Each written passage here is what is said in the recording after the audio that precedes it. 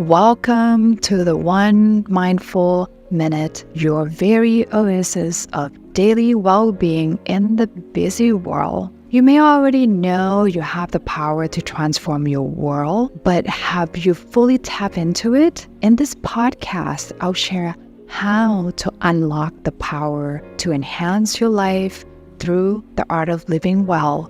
With insightful interviews and guided practices, we'll uncover the secrets to inner calm and wellness. It is time to tune in and transform. Hi, Edith.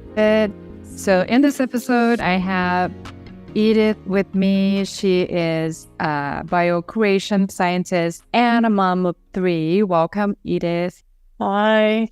So let's chat a little bit about your mindfulness journey and how did you get started on this journey? I'll go right to it to save us some time. Okay. I think I started this mindfulness journey probably after my kids were born.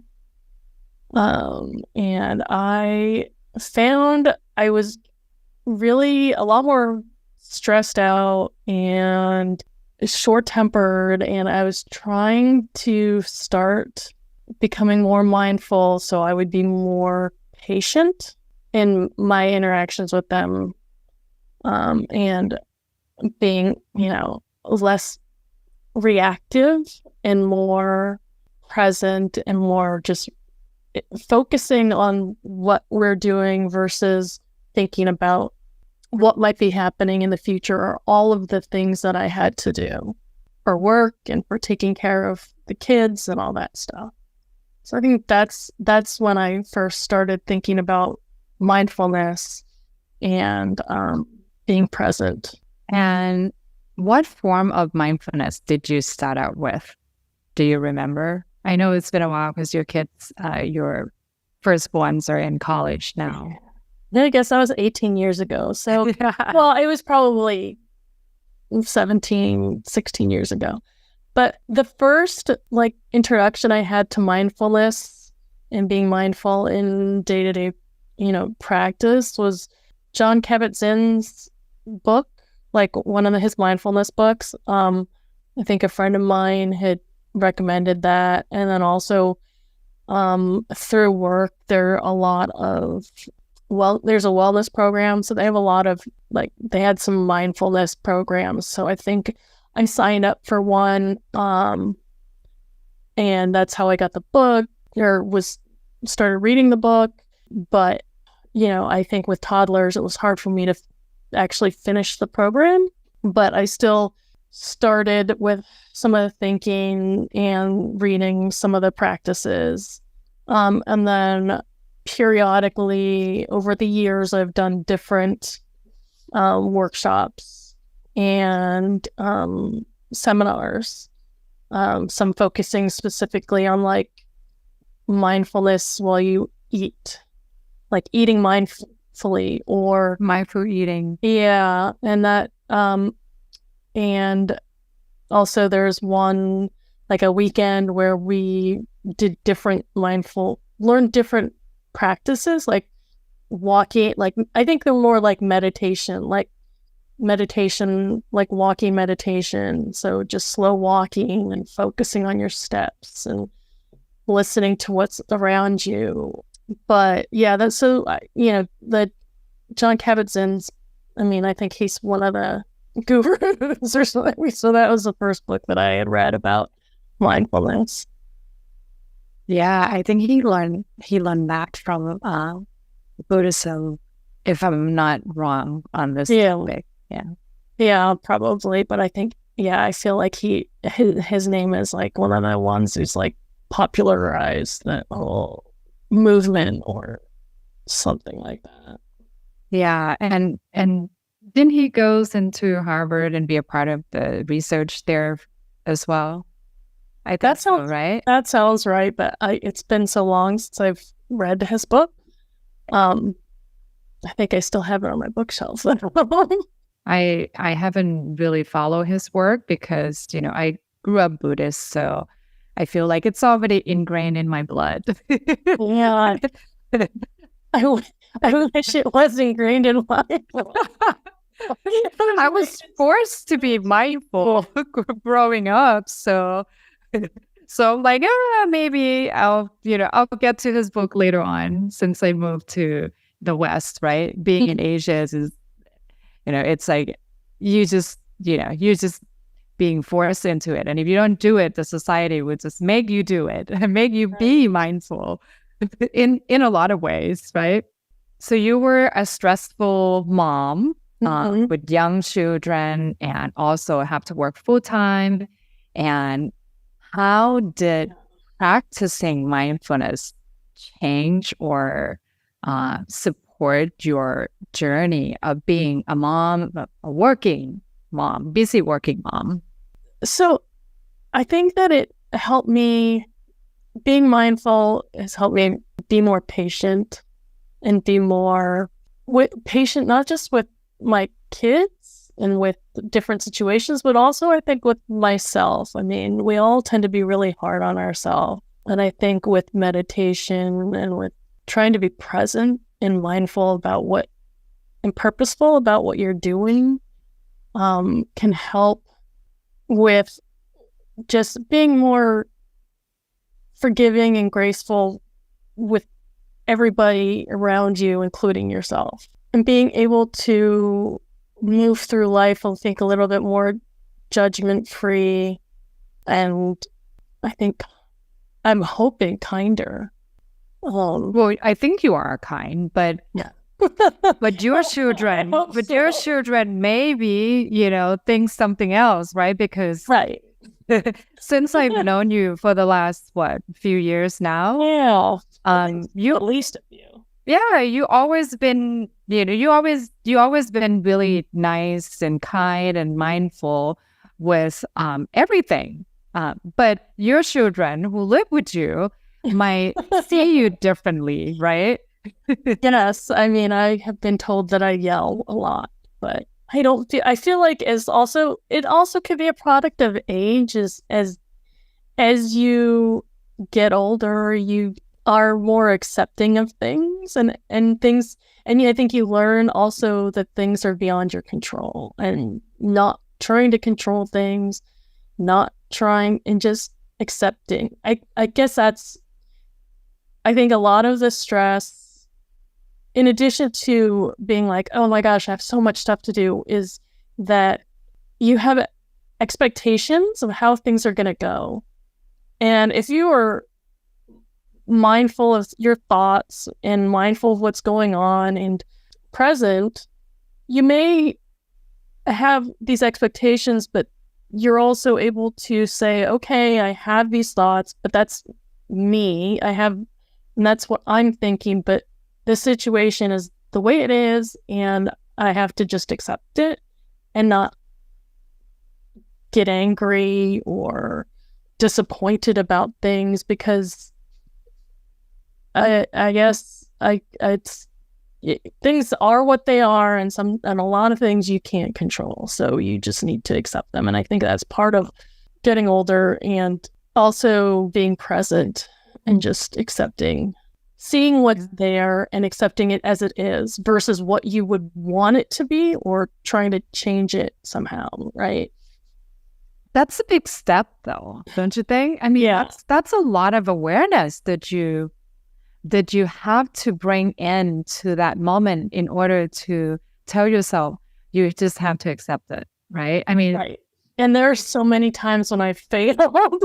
Well, that's part of being human, especially a mom of young children, right? Right. And I think that as you get older, and it gets easier, and as they get older, it gets easier, and not for everyone.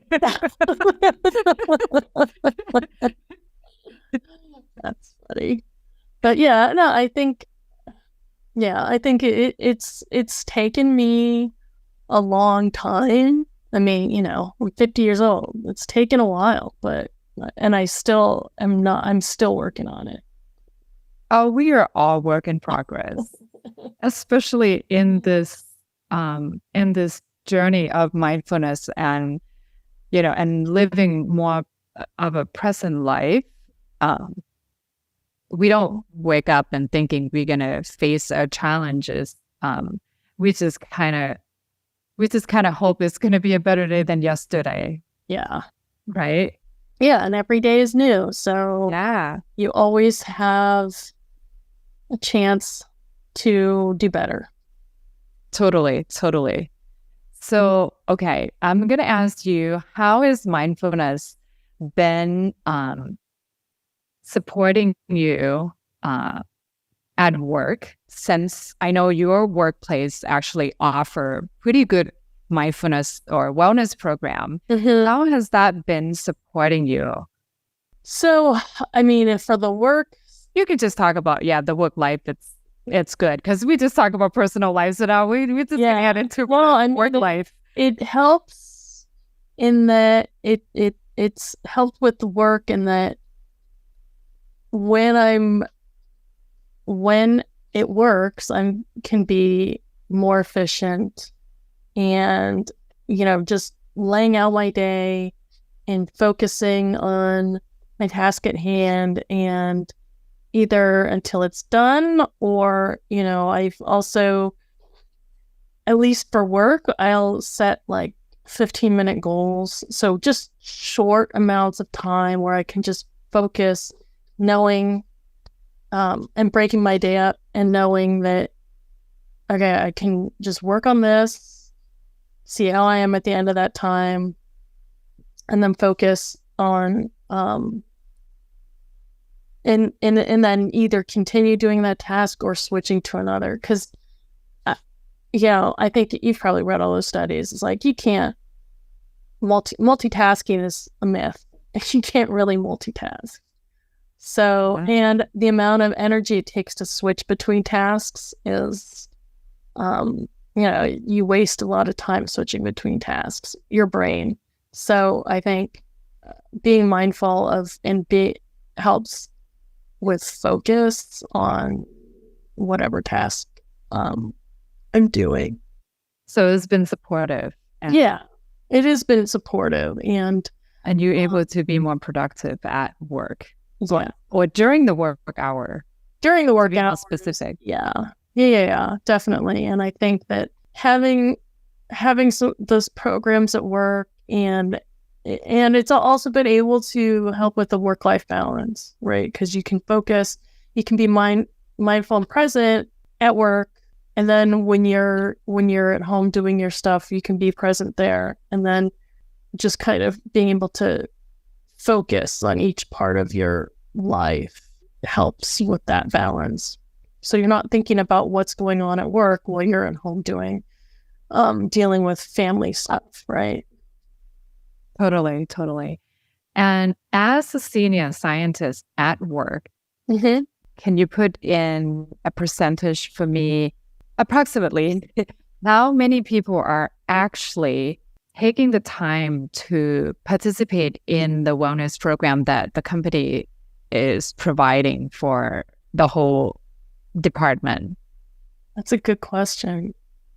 So I don't know. I think university-wide, I don't know that's a good question, what the percentage is. Because it's not just my department. I mean, because they have like a whole department dealing with wellness and recreation. And so trying to think what it is.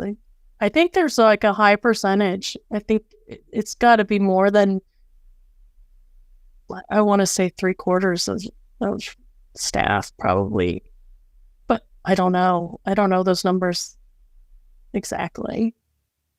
But just in your department, do you know if other people are actually taking the time to participate in the wellness program? Yeah, I know probably within my group itself, maybe 50% take advantage of the wellness programs. That's a good number. Yeah. I mean, I want to say 50%. It may have been a little bit more when there were more people, but our group has shrunk a little bit. But yeah, let's just go with 50%. I like 52, so let's just go with that. So for your wellness program here at work, Would you think that is when people are actually participating and engaging in the wellness program, do you think it really makes a difference in their performance in the individual? Do you notice the difference in your team? You can be honest. because if it's only 50% of people are participating, the other 50s is probably not, not showing the results of the practice, because I feel like it probably gonna wait each other out, right? Yeah, and that's kind of hard to quantify and hard to determine, because now it's like we're all working at home most of the time, and it's hard for me to gauge how the wellness programs would influence people's work-life balance and stuff. And also, we don't really have like quantifiable metrics like that in our group. Yeah, I don't know. I don't know. That's fine. I'm just throwing the question out there, just in case you notice, something different in the people you work with, or the way they interact with you. Do they, because I'm sure, if you see each other in the office, you probably talked about the wellness program that you all have participated, right? Yeah. There are definitely people that I talk to that I know are participating in the wellness programs and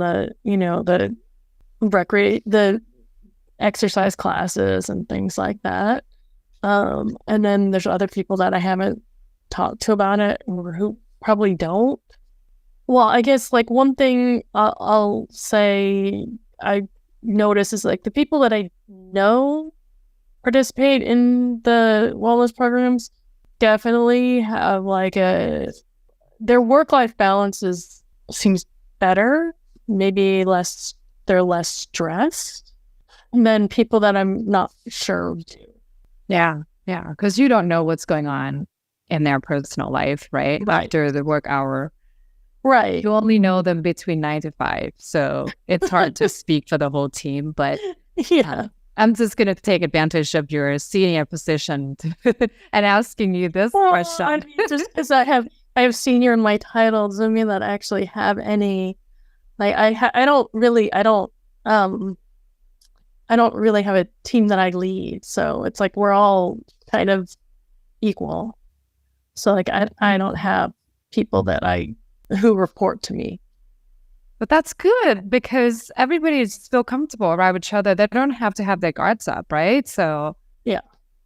So that makes it a lot more relaxed work environment among each other, and at least that's how I feel. If I were in a work setting like that, I'll be like constantly worrying what my boss is gonna evaluate my performance.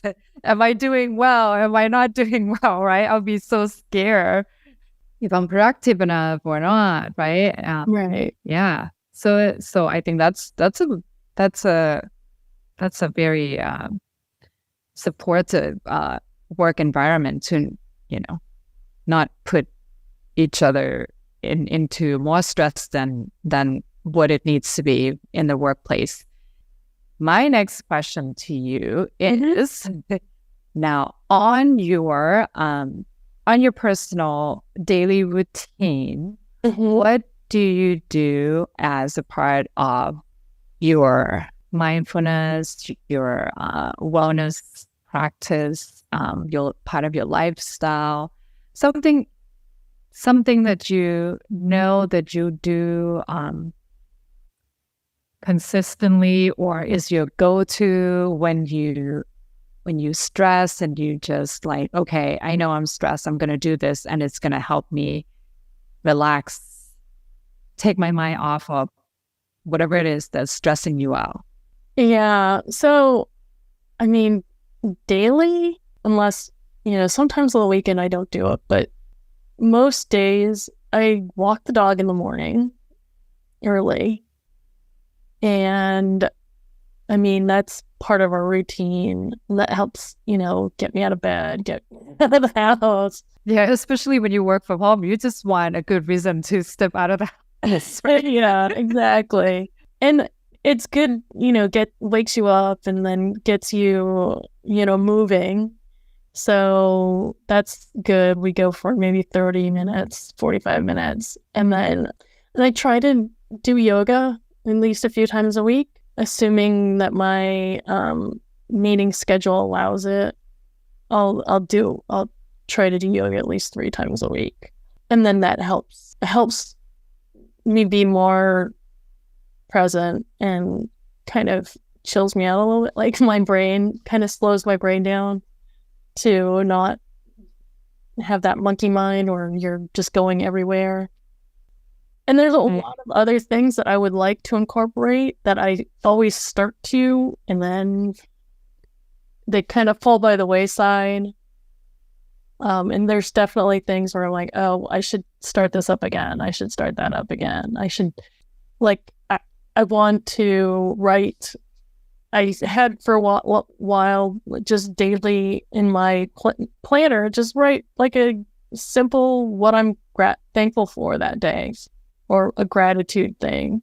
Then that helps me appreciate everything in my life a little bit more. And sitting down with family and eating, having our meals together, that's also another thing where I can be more mindful. And just, with older kids, it gets a little bit more difficult because they have so many activities and it is hard to all be together at the same time. Yeah. Well, this show is going to be even more challenge for you now. Well, 2 of them out of the house. Well, yeah, then now we only have 3 people to coordinate. So, but yeah. So, I mean, I think exercising is one thing that, if I'm stressed out, I know will help me, but I don't always find the time to do it. And I noticed, this is just because I know you personally, and this is personally from the podcast part, is that you have been baking for a while now, right? Yeah, actually, now that you mentioned it, yeah, sometimes like baking helps. I enjoy that is something actually, baking bread, and with the sourdough, you have to really focus on recognizing when it's ready. And I mean, there's the recipe and you follow it, and but timing wise, sometimes it takes a little bit longer depending on the temperature or what you're doing. There's a little bit of give, but that's something that you can helps me be able to kind of think about what I'm doing. And also, I think when I was younger, and I haven't done this for a long time, is like art and painting and drawing. I remember after college, before graduate school, I took an art class, and it was like a couple hours at night, and I would be there and the time would fly like that because I was present and focused and not thinking about anything else. So I think things like that help. Very cool. Yeah. So the knowledge from your previous life it's actually come in handy, right? Yeah. And once everybody's done, or once I have more time, now I'm like, these are all things I should go back Yeah, right? You actually have more time for yourself to actually do some self-care, and you're gonna have a new lifestyle now. Now that you have 2 less kids in the house. Yeah, now I've got to break out the easel and start drawing again. There you go. That's another form of meditation, right? I feel like when you do some form of arts, it can be quite meditative. Yeah, definitely. I agree. Yeah. One thing I wanted to mention before we wrap up our conversation is that you, the way you raise your children is so amazing. You took them on this trip to Africa and you guys came back and I'll let you tell. I'll let you tell a story. Okay. Yeah, so we took this amazing trip to Africa, to Tanzania, and we did the usual safaris in the various places like the Serengeti and the Ngorongoro crater and things like that.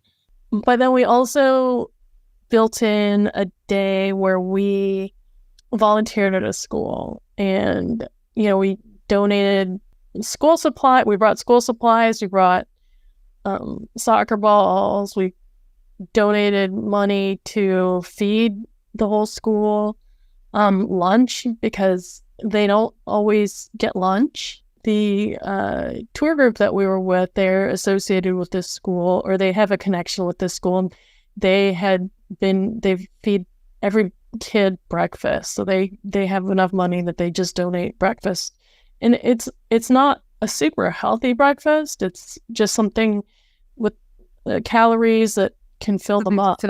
Yeah. And we donate, and we spent the day just at the school interacting with the kids. We planted fruit trees like apple trees and avocado trees, so it would provide some shade, and also hopefully, if they survive, some fruit and food for these kids. And we went with another family, and they have 2 kids that are about the same age as our kids. And we came back and started a nonprofit because we were so inspired by the kids and the teachers, and we saw that they had a need for a lot of things that we take for granted, not just the school supplies, but also it's like water. They get some nonprofit had donated water, like reservoirs, these huge water reservoirs, but then they just dropped them at the school. So they're basically useless because they had no stands. So they couldn't raise them up and so they could get the water from them. So we asked our contact what they needed, and she gave a whole list of like what they could use: water stands, they could use a new kitchen because they have to cook everything outside, and they could use toilets for the kids and a new classroom.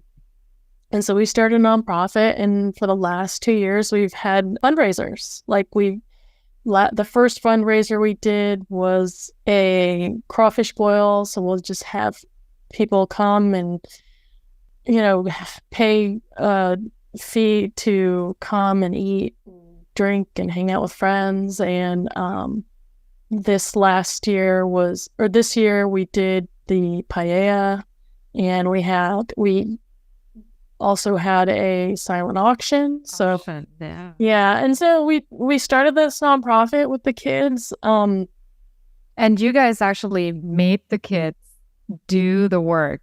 Yeah. So they do a presentation and talk to everybody about the cause and why we're doing this. And last year we raised enough money for an outdoor kitchen or an indoor kitchen, so they could build the building, and they built this in, I don't know, we got progress reports. So like in a few months they had a kitchen for them for everybody. So that's amazing. Yeah. And hopefully, I think we've raised enough this year, so hopefully they'll be able to either have a room for like a staff room or bathrooms for the kids. Yeah. So this is, I don't know if you can give credit to like going to yoga class and learn and learn to be, to just not focus on just yourself. What can I get, right? Because sometimes we think about like, oh, in order for us to do something for someone, like, what are you going to do for me, right? So, yes. but instead you teach the children and, to be more mindful and not just gimme, but you think about other people and how can we help other people? How can they also be happy? How can they find a simple joy by just having clean water to drink and food to nourish their bodies? So I think this has been something that overlooked for people who have more than enough to eat. Yeah. Right? Especially here in the US, we pay to lose weight when in a third world country, I know, and we hardly, get enough food to feed people. Yeah. And I think that was definitely something that we want the kids to realize is that, and we've taken them to Costa Rica and Belize and other developing nations, and we wanted to instill in them some empathy for others and realizing that we have so much here that we can, put in time and effort and money to help those who have less. And I think it's also part of, the Jewish values too of mitzvah and doing good deeds. I think that has also been something like over the years that they've been taught. So, and I think it's so important for kids to have empathy, especially in the world as it is today, having empathy for everybody, and everybody's different. Everybody has needs, and part of being in a society is helping others and not just focusing on yourself. I just think this should be a part of the school curriculum. Yeah. Put it into elementary school, teach them when they're young so they know how to interact with other human beings. And this will also take care of the bully issue that some school has too, don't you think? Yeah. I mean, I didn't go to school in the US, so I don't know what exactly the school system is like. And, especially nowadays, the world have changed. So now, do you have the link that you could share where people could find you and maybe support you with your foundation? Yeah. We do not have a website yet. All right. Well, I can send it to you. Yeah, send it to me and I can share it somehow.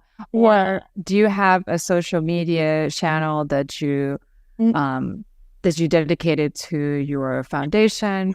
We haven't set that one up yet. Okay. But yeah, I can send you a link to some information, and maybe you can put that in the notes. Yeah, I'll add it with the show notes later on too.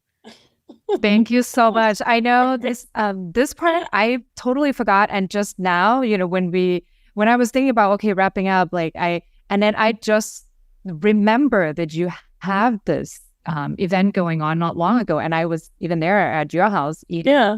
Eating the food. so that's why I'm like, oh, okay, now I remember. I want to add that in there because it's so good.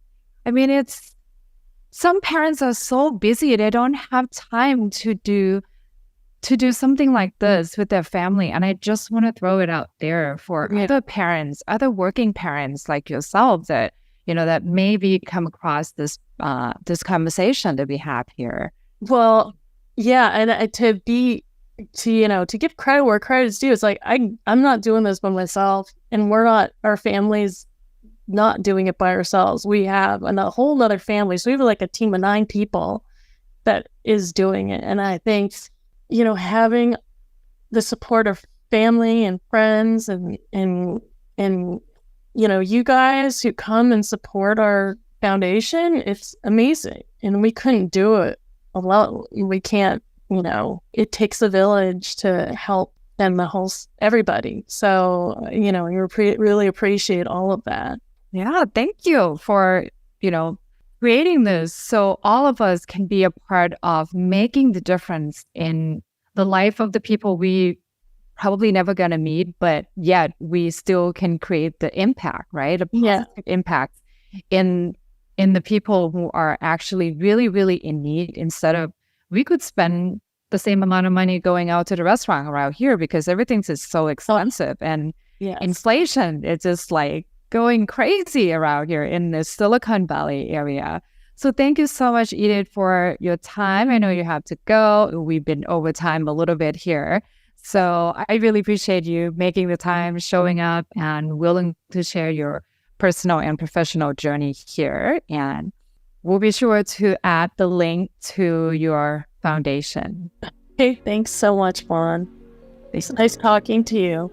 Thank you. I hope you've enjoyed this episode and inspired to take the next step in your wellness journey to building more resilient and effective days at home and at work.